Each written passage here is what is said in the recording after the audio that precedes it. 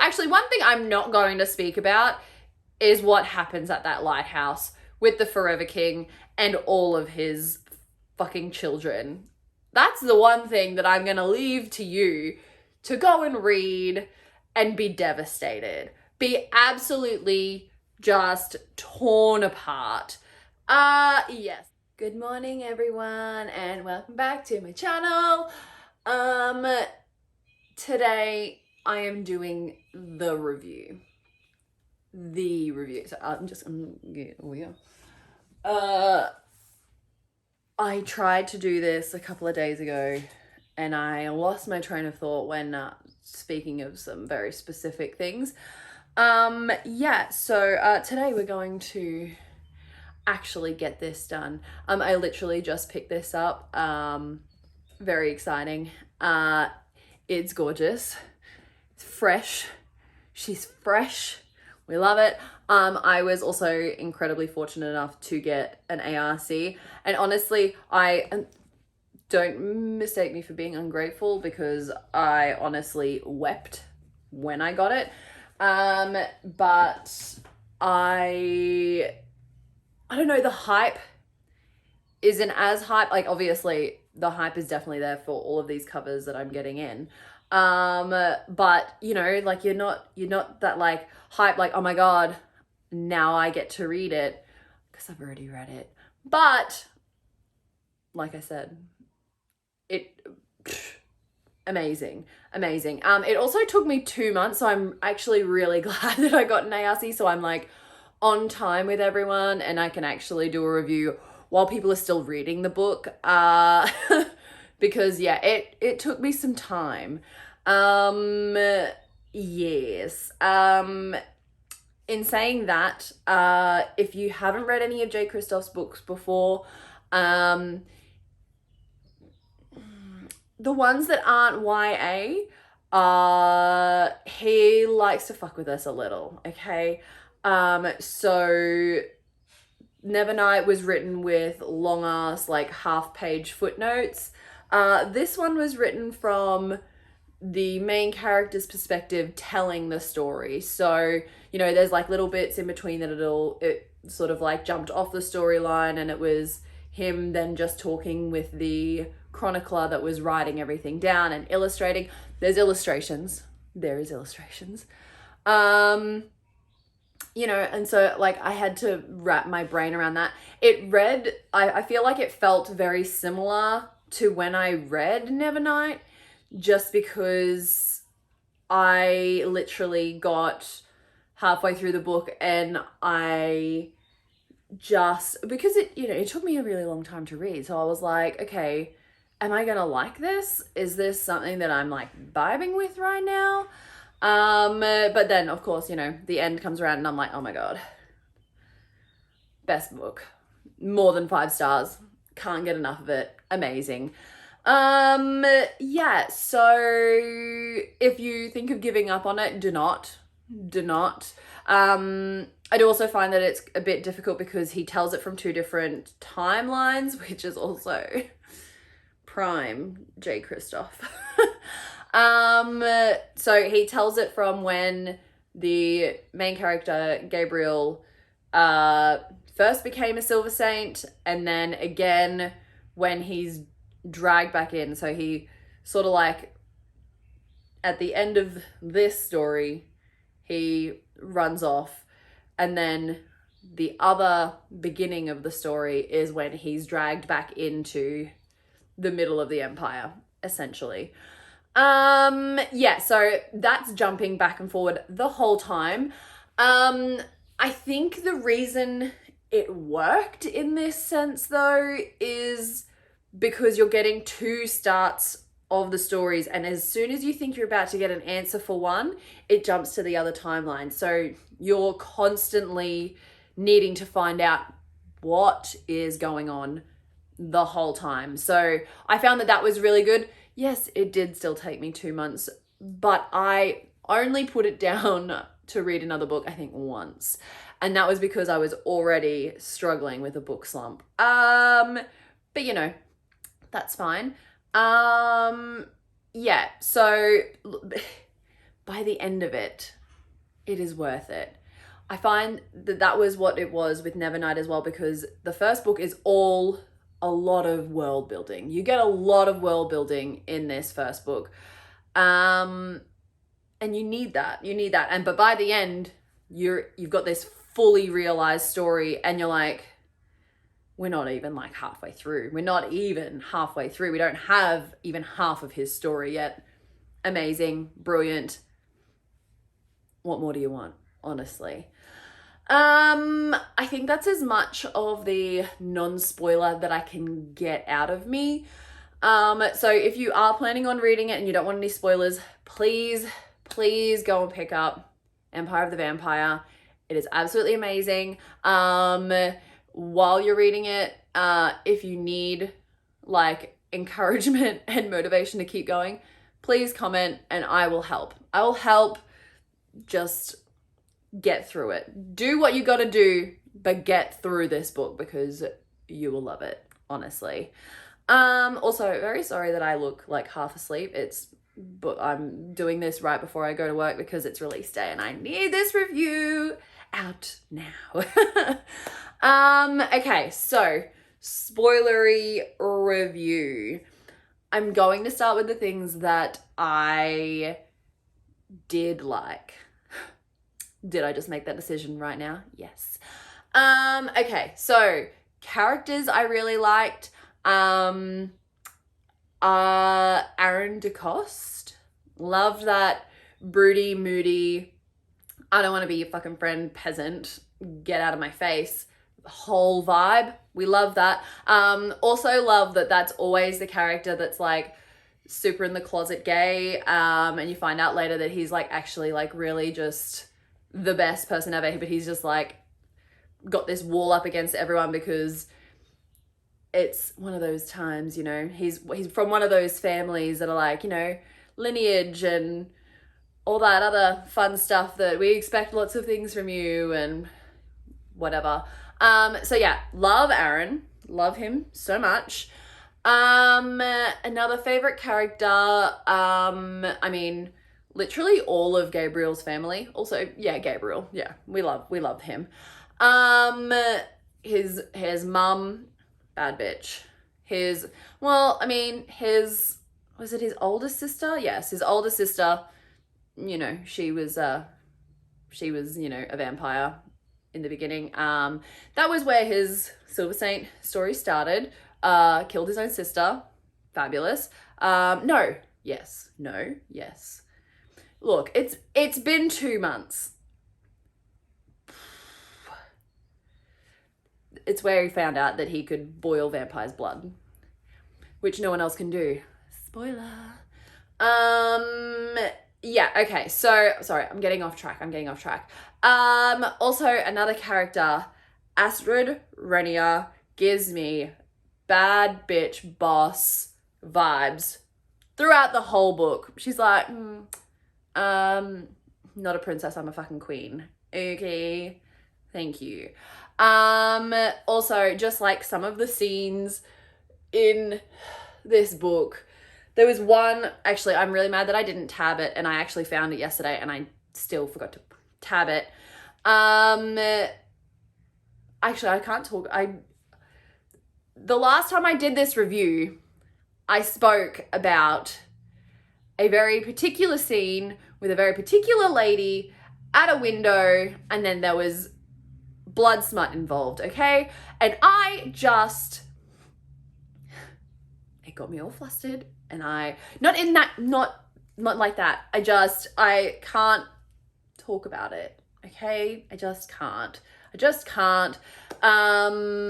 Yes, but now, because we're in the spoilers, let's get into that whole scene. I was very confused because it was jumping back and forwards. Young Gabriel was just like infatuated with Astrid, and so then when we get to like older Gabriel, and then he's seeing like this naked lady at his window, and she's like, let me in, and he lets her in. I'm like, J. Kristoff writes like fated mates, soulmate tropes. That's his like staple. So who the fuck this? Who this bitch that is just like floating outside, because Astrid is just an heiress. Oh, she was an heiress. You know, she's not a vampire. Who is this bitch that's just at his window and he's like, yes, absolutely, come in here and let's do things. It confused me until the very end. And you realize that it is Astrid. It's just, you know, her ghost. Also, actually, don't know if it is like the fact that it is her ghost, or did he just not kill her properly? Is he just hallucinating because he's going crazy with the bloodlust? I don't know. Look, we were in the first book, okay? We don't have a lot of answers. We have a lot of questions. We don't have a lot of answers. Okay, so sticking in like the super spoiler zone, we also have a character, Liav, that introduces herself pretty early on. So she has this blood blade, badass, amazing, but they don't know what she wants. They don't know why she's hanging around their crew because, you know, vampire, bad, you know, we understand that concept.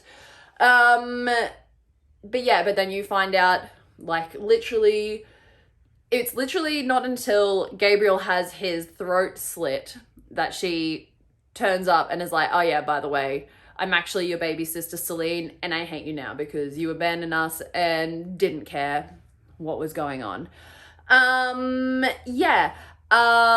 So that was a huge thing right at the end of the book. Thanks, J. Kristoff. Also in speaking of Gabriel getting his throat slit, when he goes back to Saint Michon,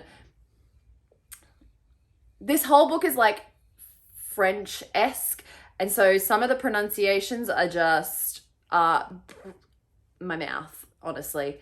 So he finally gets Dior, who is the Grail, back to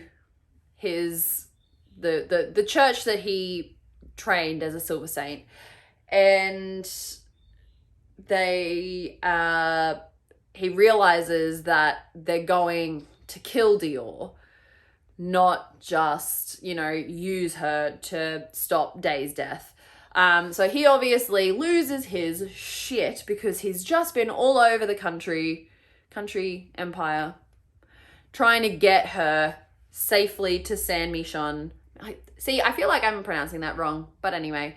And then, he finds out that he's just given her over to slaughter. And he's obviously, being a father, he has grown affectionate towards Dior, you know? Also, Dior also gives me, like, her attitude gives me Mia Couvert vibes hard. Like, yes, absolutely. She's absolutely useless, truly. But, you know, apart from, you know, the fact that her blood can burn vampires and heal people, kind of not useless, but but totally useless, can't swim. She's a thief, which actually isn't useless. Okay, let me take that back. She's not useless. And maybe in comparison to Mia Couvert, that's just like in my brain. So also speaking of Gabriel's daughter, another favorite character, Wallow Honey. You don't get to see a lot of her. Also love that he has her name tattooed across his knuckles. I love it. Also love that Astrid and Gabriel got married at Aaron and Baptiste's little like fort. Love that. Absolutely love that. Because obviously, you know, Aaron DeCoste and Baptiste the blacksmith got excommunicated because they're in love, but dumb. Anyway, but obviously that's where they needed to be, because then when Astrid and Gabriel got banned because Astrid was pregnant, they had somewhere to go to sort of like settle down, and then they found their little lighthouse. Yeah, look, if you're still following, honestly, well done, because my brain is just like 2 months of just like information smooshed in here.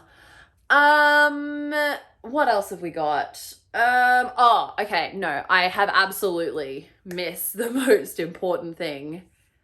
The Forever King and his family. Now, hold on.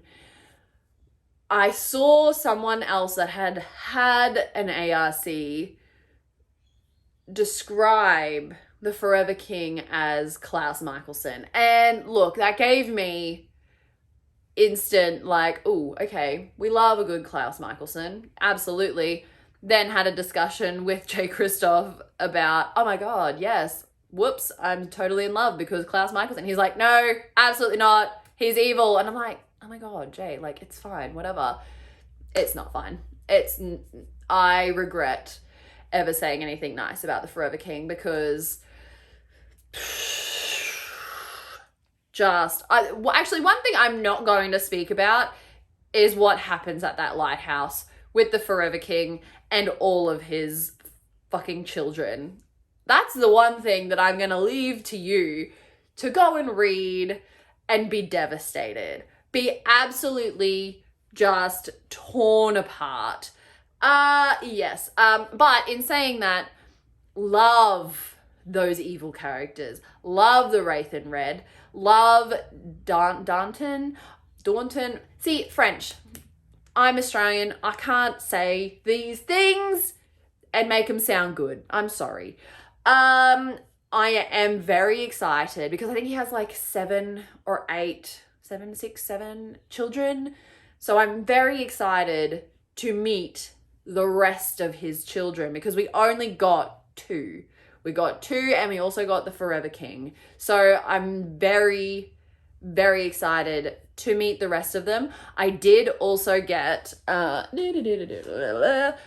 bought, and look, I was very fortunate that I had a second job at the time so I could afford to get them. But I bought the deluxe collection of the A3 prints. And honestly, among my favorites are all of the ones of the Forever King and his children. Or even like the one with Daunton. Him, the Beast of Valine. There we go, we can do that. The Beast of Valine and the Highborns that happens like sort of like in the last 3/4 of the book. Brilliant. I love that. It's so evil. There are some real messed up characters in this book, but even Gabriel's a bit messed up. But we love that. We love a flawed protagonist. We love that. Yeah. I think that's everything. I think I've gotten everything out of me that I wanted to. I will just quickly, now that I think that I'm actually successful in making this review, I will just like to say, I'll just touch on the fact that we have not 1 but 2 cases of blood smut in this book when Gabriel first realizes that he is a Silver Saint, which means you're a half-breed, so you're half vampire, half human. He was intimate with a lady, and she had that month and, almost killed her because he, what a way to die. Do we make that joke? Anyway, and see, look, this is, I tried to talk about this at the start of the review when I filmed it days ago, and I got like this and I was like, no, I can't talk about this anymore. Anyway, so yeah, then second case was what I discussed with Astrid Renier.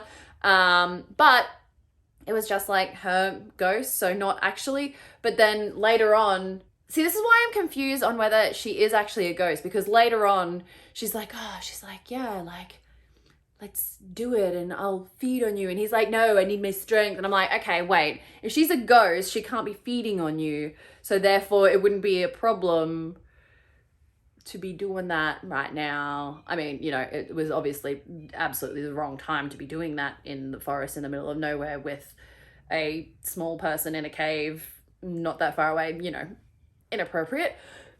But it's confusing. I am still very much wondering what the whole go is with Astrid and her apparition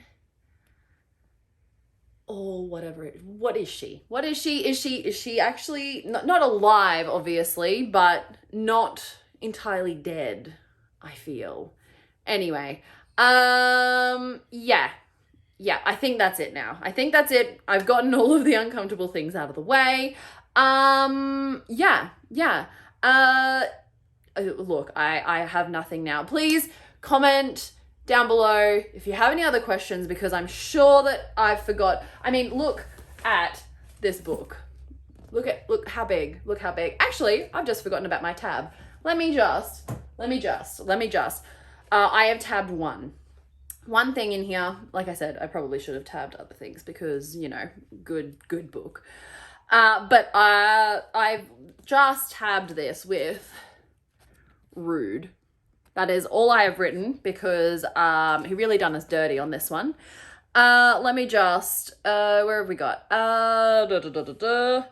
So we're in the library at Saint Michon, right? He was the kind of librarian who believes the best libraries are ones bereft of people. The sight of orderly shelves was a joy to him. Someone dog-earing a page was a fucking nightmare. It's a strange truth, but some folk enjoy the notion of owning books more than reading them. And honestly, how rude. My TBR is 10 times taller than I am. How dare you? I plan on reading all of these books. Did I take it too personally? Yes, I did. But I did have to tab that because I was like, oh, J. Kristoff, stop. Honestly, rude. Anyway, okay, I am done now. I feel manic and chaotic. I'm glad I've gotten this out of me. But again, please comment if I've missed anything because I'm sure that I have. I am so certain that I've missed something. But that's when you come in. Thanks. Yes, so if you like this video, please I lost my mind when I realized that my Touch of Darkness review has almost 4,000 views. And like, that's not a lot for like a lot of people, but I absolutely lost it. That was absolutely amazing. Cannot wait to read the other ones. Also, I do have a Neon Gods review coming very shortly. Neon Gods is actually what I put Empire of the Vampire down. Not because it's a better book, just because I needed something quick and easy to get through, and it was very good. So I will be doing that review sometime very soon. But yeah, thanks for sticking around if you did, because that was crazy. Yeah, and I will see you in my next review. Okay, thank you, bye!